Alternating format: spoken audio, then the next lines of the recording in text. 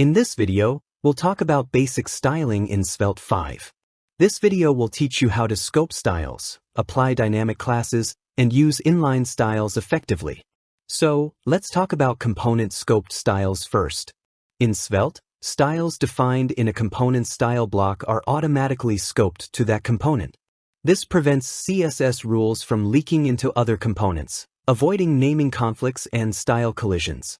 Svelte handles this by transforming class names during compilation, adding unique identifiers that ensure styles only apply to elements within your component. This makes components more maintainable and reusable since their styling remains self-contained and predictable. For example, let's create a button component. Inside it, create a button and give it btn class. Then give some styling to this class in style block. Now open main page. Import button component here. And render it in template. Now run the app. Our button is displaying. Now open inspect section. If we open this button's code here, we can see the class name is transformed into a unique identifier, ensuring it doesn't affect other components. Now, let's talk about basic styling. You can write standard CSS in Svelte components using familiar syntax and selectors. Styles can target elements, classes, or IDs without additional abstractions.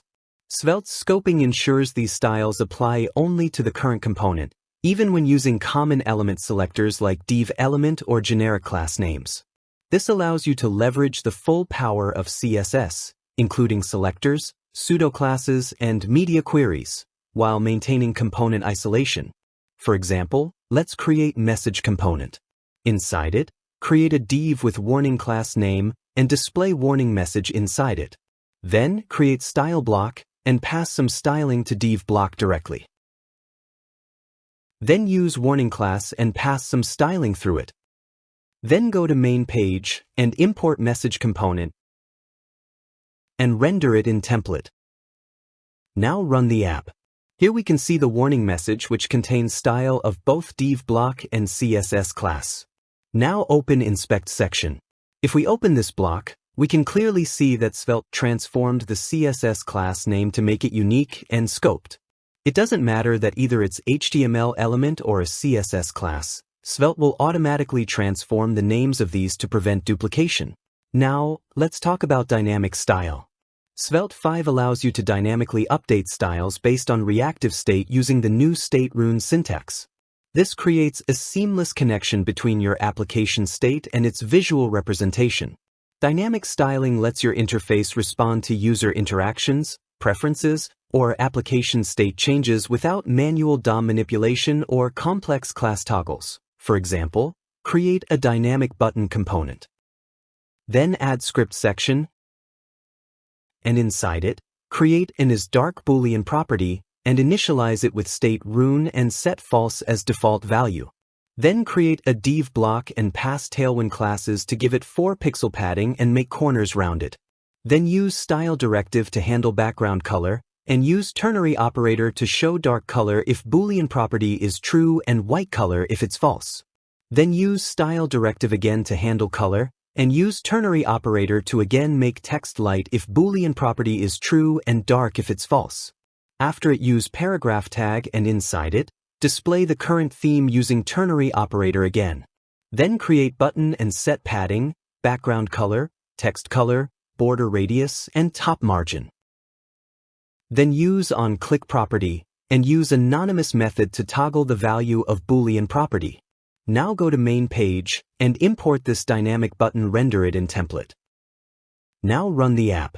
Here, we can see that current theme and button. But button is not rounded. Let's see the error.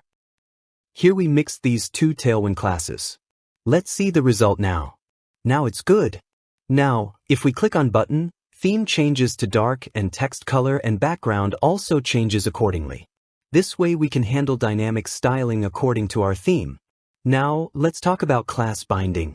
Svelte provides a clean, declarative syntax for conditionally applying CSS classes using the class directive. This approach separates styling logic from application logic, making components more maintainable. Class bindings are particularly useful for toggling visual states like active tabs, selected items, or form validation states without writing complex conditional expressions. For example, create a new class binding component. Create script section, and inside it, create a Boolean type variable name is active and initialize it with state rune and set it false by default. In template, create a button. Then use class directive and pass class name. Right now, I'm passing tab class to this directive. Then set it to display only when is active variable is false. This directive will add tab class to this button when is active variable is false, and it will also remove this tab class when is active variable is true. Next, use class directive again, but pass active class this time, and set it to display when is active variable is true. Then use onClick property and pass anonymous function, and toggle Boolean variable inside it. Then create style section. Inside it, use tab class, and set padding, border, and background. Then use active class, and set padding, background, color, border, and border radius. Now open main page and import this button and render it in template section. Now run the app. Right now, we can see transparent button. If we click on it, it turns green. Now open inspect section. Navigate to code of this button. Here we can see that tab class is assigned to it. But when we click on this button, tab class get replaced by active class. This way we can handle class binding in Svelte. Now, let's talk about inline styles. Inline styles apply CSS directly to elements using the style attribute. While component scoped styles are generally preferable, inline styles are valuable for dynamic values that depend on component state. Svelte allows you to interpolate values from your component's state directly into style attributes, creating responsive interfaces that adapt to data or user input. For example, create a new inline styles component. Create script tag and create width variable of number type and initialize it with state rune and set default value to 150. Then create div block and print a message inside it. Now, use style attribute, and now we can pass CSS styling directly to this block. Next, create another div block and display width variable inside it. Then use style attribute, and inside it, set width equal to width variable. Don't forget to add this pixel keyword after it. Next, set height to half of the width. Then set background color and text color. Next, create input tag. Set its type to range selector. Set minimum number to 100 and maximum number to 300.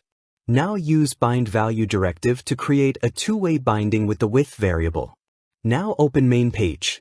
Import this component here and render it in template. Now run the program. Here, we can see the block with static and dynamic blocks. Right now, the slider is set to 150 because the default value of width variable is set to 150 and this slider and the width variable are bound with each other. If we move the slider, width and height of the dynamic block updates accordingly. This way, we set static and dynamic inline styles in Svelte 5. With this section is complete.